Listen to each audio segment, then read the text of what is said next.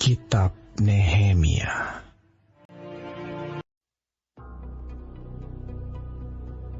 Pada masa itu, bagian-bagian daripada kitab Musa dibacakan dengan didengar oleh rakyat.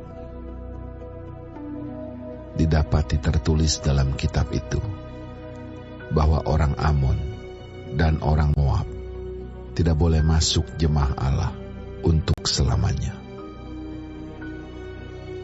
Karena mereka tidak menyongsong orang Israel dengan roti dan air, malah mengupah Bileam melawan orang Israel supaya dikutukinya. Tetapi Allah kami mengubah kutuk itu menjadi berkat.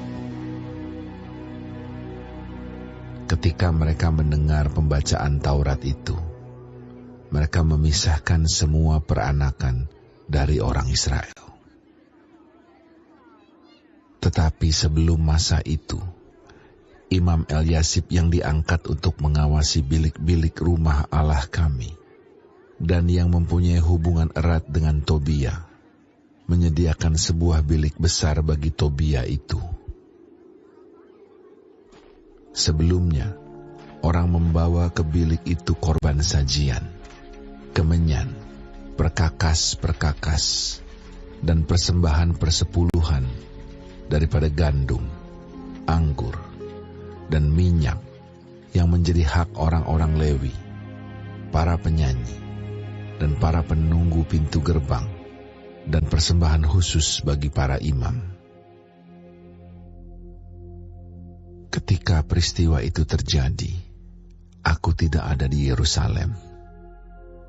Karena pada tahun ke-32 pemerintahan Artahsasta, Raja Babel, aku pergi menghadap raja. Tetapi sesudah beberapa waktu, aku minta izin dari raja untuk pergi. Lalu aku tiba di Yerusalem dan melihat kejahatan yang dibuat Eliasib untuk keuntungan Tobia.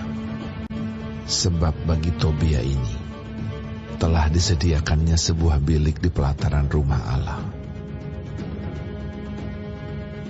Aku menjadi sangat kesal. Lalu kulempar semua perabot rumah Tobia keluar bilik itu. Kemudian kusuruh tahirkan bilik itu.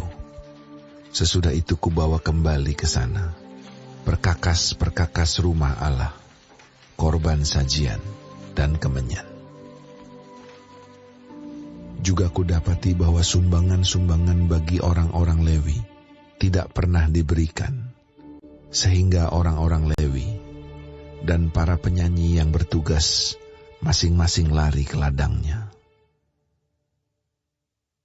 Aku menyesali para penguasa.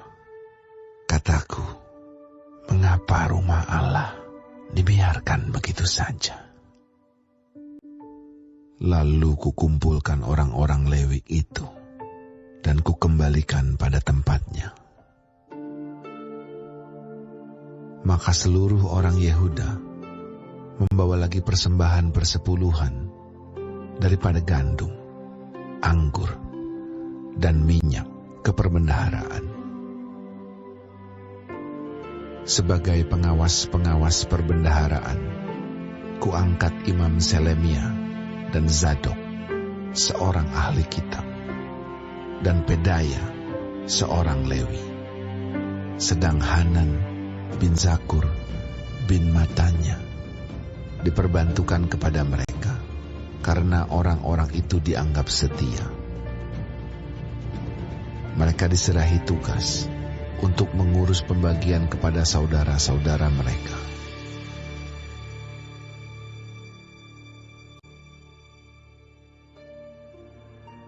Ya Allahku, ingatlah kepadaku karena hal itu, dan janganlah hapuskan segala perbuatan bakti yang telah kulakukan terhadap rumah Allahku dan segala pelayanan di dalamnya.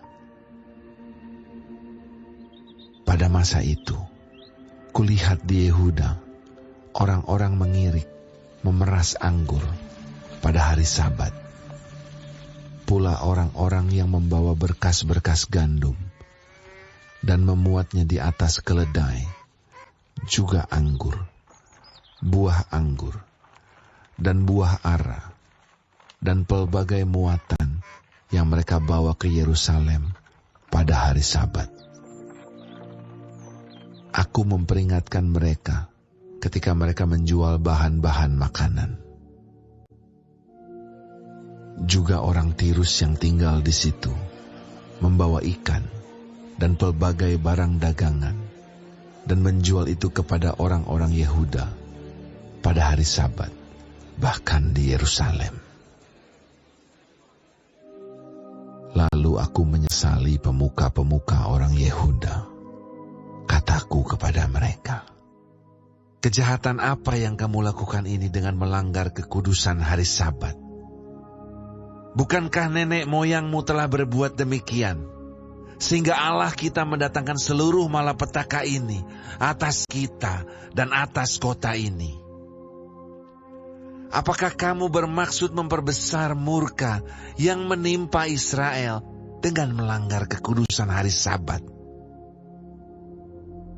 Kalau sudah remang-remang di pintu gerbang Yerusalem menjelang hari Sabat, kusuruh tutup pintu-pintu dan kuperintahkan supaya jangan dibuka sampai lewat hari Sabat. Dan aku tempatkan beberapa orang dari anak buahku di pintu-pintu gerbang, supaya tidak ada muatan yang masuk pada hari Sabat. Tetapi orang-orang yang berdagang dan berjualan rupa-rupa barang itu kemudian bermalam juga di luar tembok Yerusalem 1-2 kali. Lalu aku memperingatkan mereka. Kataku, mengapa kamu bermalam di depan tembok? Kalau kamu berbuat itu sekali lagi, akan kukenakan tanganku kepadamu. Sejak waktu itu, mereka tidak datang lagi pada hari Sabat. Juga aku suruh orang-orang Lewi mentahirkan dirinya dan datang menjaga pintu-pintu gerbang untuk menguduskan hari Sabat. Ya Allahku, ingatlah kepadaku juga karena hal itu, dan sayangilah aku menurut kasih setiamu yang besar. Pada masa itu juga, kulihat bahwa beberapa orang Yahudi memperistri perempuan-perempuan Asdod, perempuan-perempuan Amon, atau perempuan-perempuan Moab. Sebagian dari anak-anak mereka berbicara bahasa Asdod atau bahasa bangsa lain itu, dan tidak tahu berbicara bahasa Yahudi. Aku menyesali mereka, kukutuki mereka, dan beberapa orang di antara mereka kupukuli, dan kucabut rambutnya, dan kusuruh mereka bersumpah demi Allah. Demikian. Jangan sekali-kali kamu serahkan anak-anak perempuanmu kepada anak-anak lelaki mereka, atau mengambil anak-anak perempuan mereka sebagai istri untuk anak-anak lelakimu, atau untuk dirimu sendiri. Bukankah Salomo, Raja Israel, telah berbuat dosa karena hal semacam itu? Walaupun di antara begitu banyak bangsa, tidak ada seorang raja seperti dia yang dikasihi Allahnya dan diangkat oleh Allah itu menjadi raja seluruh Israel.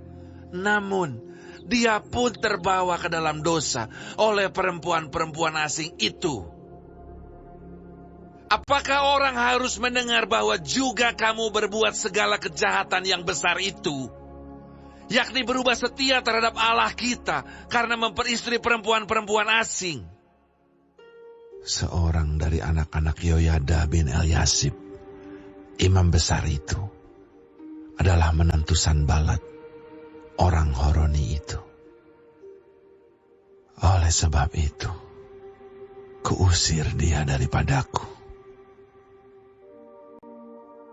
Ya Allahku, ingatlah bagaimana mereka mencemarkan jabatan imam, serta perjanjian mengenai para imam dan orang-orang Lewi. Kutahirkan mereka dari segala sesuatu yang asing, dan kutetapkan tugas-tugas untuk para imam dan orang-orang Lewi, masing-masing dalam bidang pekerjaannya. Pula aku tetapkan suatu cara untuk menyediakan kayu api pada waktu-waktu tertentu dan untuk hasil-hasil yang pertama.